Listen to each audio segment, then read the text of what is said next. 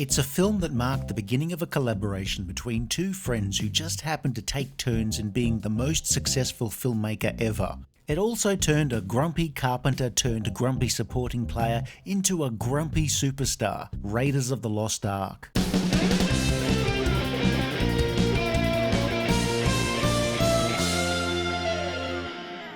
Before TV and radio, if you wanted to follow a continuing story outside of a newspaper or a magazine, there were theatrical serials. These were the TV series of their days. Serials told stories in different genres with shorter episodic chapters debuting in cinemas each week, but it was the action-adventure serial that had the most longevity. Serials provided the cinema-going public with their first live-action taste of Flash Gordon, Buck Rogers, Dick Tracy, Superman and Batman, and many of these were later repackaged as TV episodes or movies and shown on television where they would find new generations of fans. They were often cheesy, like a cheese omelette without the egg, and churned out in less time than it took to actually make the cheese. They were quick and dirty, like a sprinter with hygiene issues. Want to hear about it? Not at all.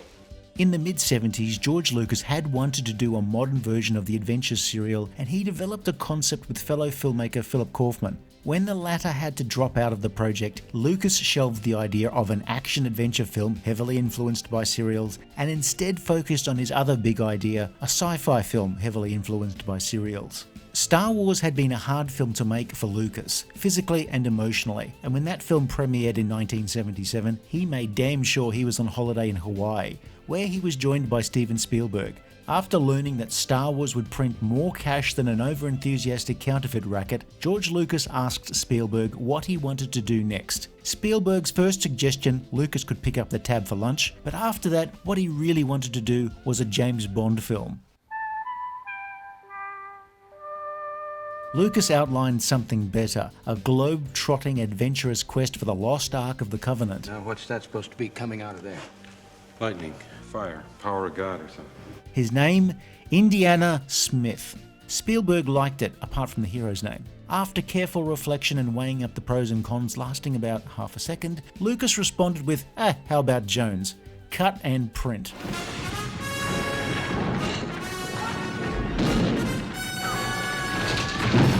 Having made 3 films in a row that went wildly over budget and schedule by the time Raiders began filming, Spielberg wanted to prove to himself and others that he could direct a film on time and within the budget. I'm working on it. Well, whatever you're doing, do it faster! Both filmmakers wanted to do something relatively quickly and cheaply, and they both wanted something that would be less taxing physically on themselves. They wanted to swim the English Channel, but they wanted to do it in a swimming pool on a super yacht heading towards Calais.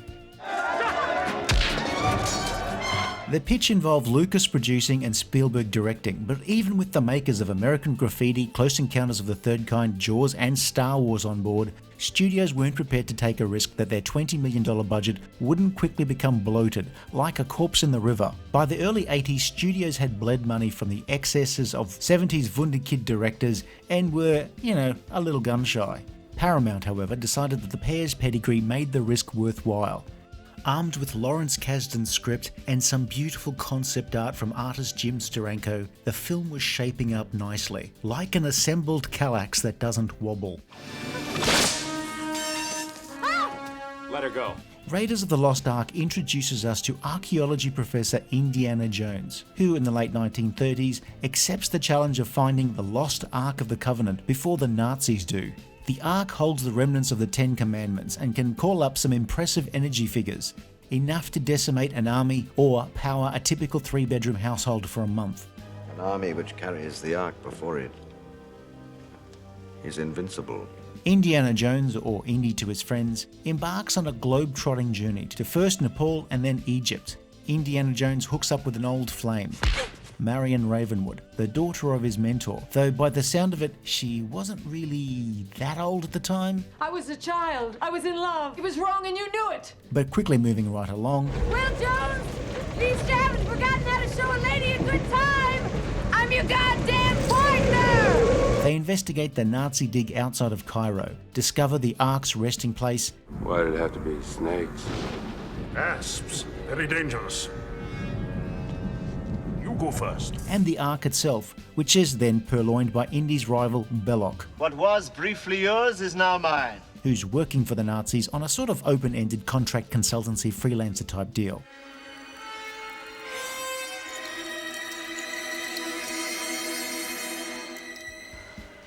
A few excellent chase scenes and fight scenes later, Jones. Belloc opens the Ark and, well, Ark gonna ark 'em up good. Casting was reasonably straightforward. Spielberg suggested Harrison Ford, but Lucas was reluctant, having worked with Ford on American Graffiti and Star Wars, and didn't really want Ford as a mascot in every one of his films. Various people whose surnames were not listed in the phone book between E and G were tested, with Tom Selleck eventually cast. Then CBS decided, nah, fuck it, we will buy that Magnum PI series after all, and Selleck was out. You bastards! I'll get you for this! Which meant that not only would they need to keep searching for someone else to play Indiana Jones, but all references to mustache rides would need to be removed from the script. Lucas sucked it up and asked Harrison Ford if he was interested. Trust me. Ford was already a star as a result of Star Wars, but Indiana Jones would propel his career into the stratosphere. Indiana Jones is relatively laid back and confident. But he's not infallible or an invulnerable superhero. He can and will get beaten up, and often only wins a fight by the skin of his teeth, which, truth be told, sounds rather gross. I recommend flossing and brushing twice a day. Let's be honest, the line between the archaeologist we see here and a grave robber is a fine one. Professor of archaeology, expert on the occult, and, how does one say it? Obtainer of rare antiquities. One way of saying it. Indiana Jones is starting to feel his age. It's not the years, it's the mileage. He's a dab hand with a whip. He single-handedly made wearing the fedora in public acceptable again. But, don't hold that against him. Also, starting a long-standing tradition, Harrison Ford injured himself during filming. What's this? It's a date. You eat them. Harrison Ford's interpretation of Indiana Jones is best described as having a laid-back energy. It sounds like a contradiction in terms, but when he's not an archaeology professor, he's a weary traveller, obviously having seen some shit in his time.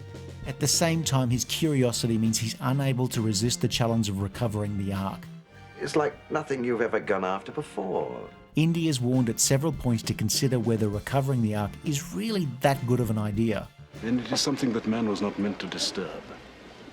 Death has always surrounded it. But Indy's too far gone to listen to reason. Like what happened after Uncle Joe discovered podcasts. Indiana Jones. Karen Allen as the spunky Marion Ravenwood was someone who could drink you under the table and wasn't afraid of taking on Nazis. But snakes, He said you were a bum. Oh, he's being generous. The most gifted bum he ever trained. You know, he loved you like a son. Took a hell of a lot for you to alienate him. Not much, just you. Marion and Indy had a history, getting together and breaking up and getting together again, not unlike Paramount, the studio that bankrolled the film. Bad dates. In Almost casting, Danny DeVito was the first preference for Egyptian digger Salah, but the role went instead to John Rhys-Davies, who provides energetic support as a taller than anticipated Salah. I told you it would be all right! Rhys-Davies steals every scene he's in. He should probably be banned from film sets, in the same way that Indiana Jones should be banned from every museum, ruin, archaeological dig, tomb, barrow, church, and underground mine run by cultists. Yes, the museum will buy them as usual, no questions asked. Yes, they are nice. Denham Elliott plays museum curator Marcus Brody, someone using his age as an excuse not to go on a very dangerous mission. Oh, yes. British actor Paul Freeman as Indy's French rival Belloc because, well, if you had the choice, wouldn't you prefer to have a French nemesis? Jones, do you realize what the Ark is? It's a transmitter. It's a radio for speaking to God. Also, just for shits and giggles, Alfred Molina's first film role had him covered in tarantulas, providing a masterclass in some of the very best shit-in-your-pants acting. Senor, nobody has come out of there alive. Please. Ronald Lacey is totally creepy as the Nazi toady Tote. Also, while we're at it, spotting Pat Roach from Our Wiedersehen Pet is always fun. He's a Sherpa and he's the bald mechanic that trades blows with Indy. Shoot them. Shoot them both. Iconic is an overused word when discussing a film like this, but unless we make up a word that means the very same thing, let's say Zoomblick, we're going to have to say the word iconic a lot. Indiana Jones is a very Zoomblick movie, from Indy's Zoomblickiest hat and whip to John Williams' fantastic ultra Zoomblicking amazing music. And of course, the final Zoomblick scene of Belloc and his Aryan friends getting schooled. Let's watch them Nazi bitches burn again. And again in reverse. Raiders of the Lost Ark was a big hit, becoming the box office champ of 1981. $3,000. It would go on to spawn multiple sequels, which would spawn decades of fan debates over which was least disappointing compared to the brilliance of Raiders. There would also be a prequel television series in the 1990s, and of course several features, television shows, and later on video games would trade on the coolness of Indiana Jones. Raiders of the Lost Ark quickly became a favourite film of mine. By now, I was old enough to actually remember bits of movies, but I think this is mostly because I taped the making of special and rewatched it dozens of times. Marion, don't look at it. Shut your eyes, Marion. Don't look at it no matter what happens. I even made a whip out of a garden hose, duct tape and an RF cable, so I could relive favourite scenes from the movie in the backyard. I never got very good at using the fake bullwhip, despite hours of practice. It's also around this time that I acquired several mysterious scars all over my face and body, the cause of which remain unexplained to this day. We have top men working on it right now. Who? Top men. We would learn more of Indy's history, upbringing and personality in subsequent films, but Raiders does tell us which is Indy's favourite Fleetwood Mac album. Just rumors, really. Raiders of the Lost Ark was, as they say in the classics, as close to a perfect movie as you can get without burning real Nazis. The next Indiana Jones would in fact be a prequel set before this movie, Indiana Jones and the Temple of Doom. Take this. Wave it at anything that slithers. Indy! Ow, Jesus! You can also debate whether this film is really called Raiders of the Lost Ark or Indiana Jones and the Raiders of the Lost Ark. To me, it will always be Raiders. If you enjoyed this video, please like and subscribe, leave a comment below or check out some of our other videos.